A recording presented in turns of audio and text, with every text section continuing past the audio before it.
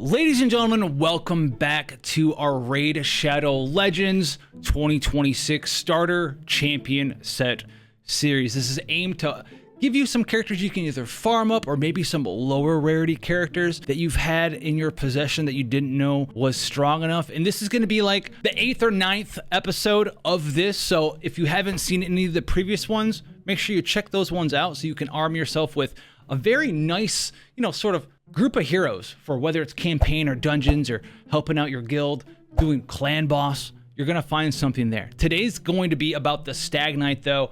In this one, I didn't know if I should cover or not because unlike all of the other characters we've covered, he's a little bit harder to hit and get than the other ones because you can't farm him. He's not the minimum rarity. He is an epic, but he's just that good that I think we should cover him anyway.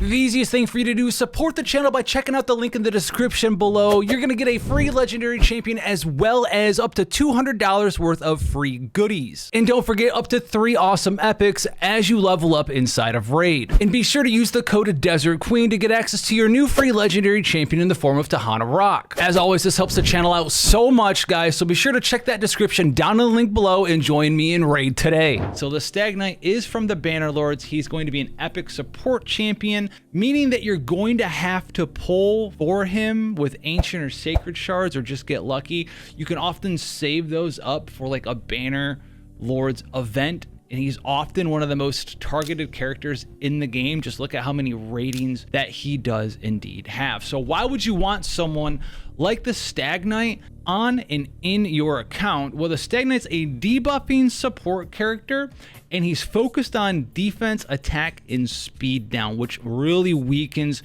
your enemy. We covered a champion similar to this one before. The Stag Knight, at the end of the day, he's just that good, all right? So the combination of all of those things, right? Attack down, defense down, speed down, that is just like the trifecta of an RPG debuffer, right? You do less damage to me, you're slower than me, and I do more damage to you. So let's check out the A1 here. The A1, very spammable, attacks one enemy 2 times, and each hit has a 30% chance of putting decreased speed on the enemy for 2 turns. Now you can also level this up so the buff chance and debuff chance goes up by an additional 20%, which makes this quite nice as it's going to be a 50% chance to land speed down, but this attack hits 2 times, making it a extremely consistent way to land speed down without a cooldown being used by the Stag Knight over and over again.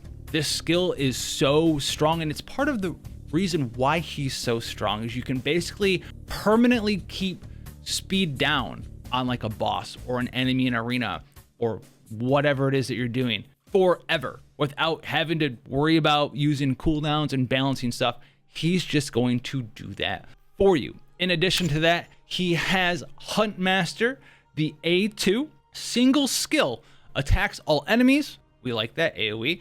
Has a 70% chance of decrease in defense as well as decreasing attack for 2 turns. And the big one here is this is a 60% defense down debuff and a 50% decreased attack debuff. On top of that, if you level this bad boy up, it's a base 4-turn cooldown and it goes down to a 3-turn cooldown, meaning you can almost have these up 100% of the time, and the odds of landing these debuffs goes up significantly. Like 95% chance AoE defense break is insane, all right?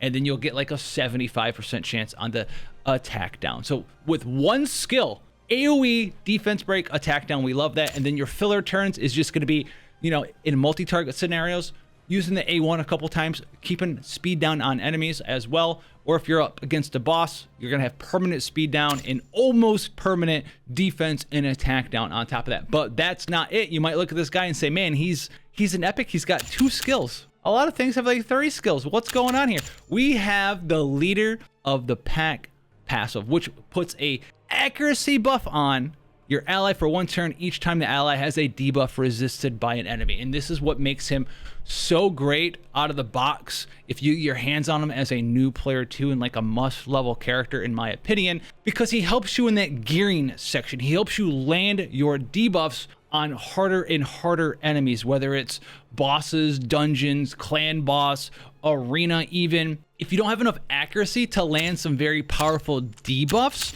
whether it's on the Stag Knight or anyone else in your party, mind you, he was going to give you a 50% accuracy increase, making it even easier to land those debuffs. Or if someone didn't have the gear for it, if you're a new player, will now have the accuracy and the ability to actually utilize their debuffing kit to its fullest potential. This lead the pack buff is absolutely insane. He's a very simple character, but he is just that good. There's a reason why people target him, and he's got 832 reviews, ladies and gentlemen.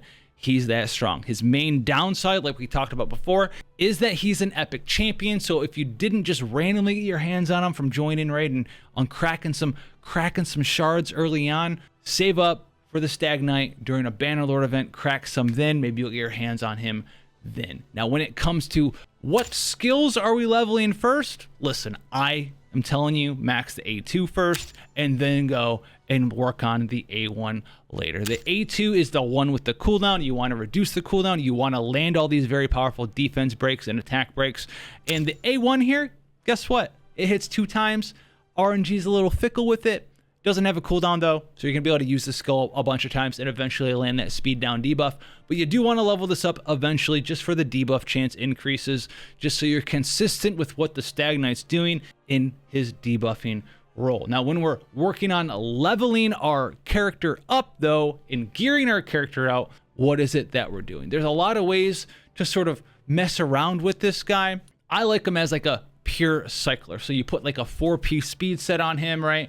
And a 2-piece accuracy set, so he can just get in there, defense break early before your damage dealers go, attack break before the enemy goes if you want to in PvE scenarios as well, and then just cycle around, right? A1, decrease their speed, come back around, get your cooldowns off cooldown, make sure the defense break's always there.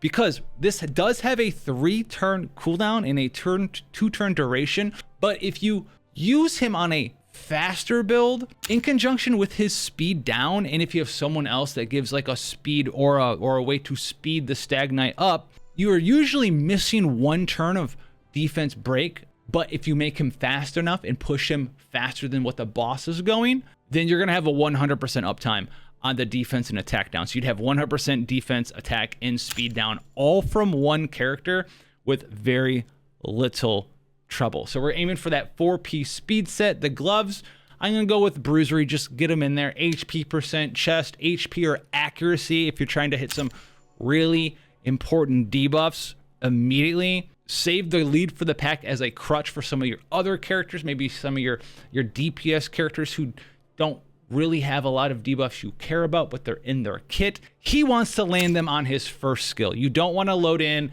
not have any accuracy, be like, oh, I'll get accuracy after I get resisted. No, we don't want to do that on Huntmaster. He's really there afterwards. So once we're gearing him up, aim for accuracy. So speed, accuracy, HP, defense percent as well. And he's going to be a wonderful man for you, whether you're doing something like Fire Knight or Clan Boss or Spider or Dragon. You can even use him in the arena as well, as he's got that trifecta with the speed, attack, and defense down.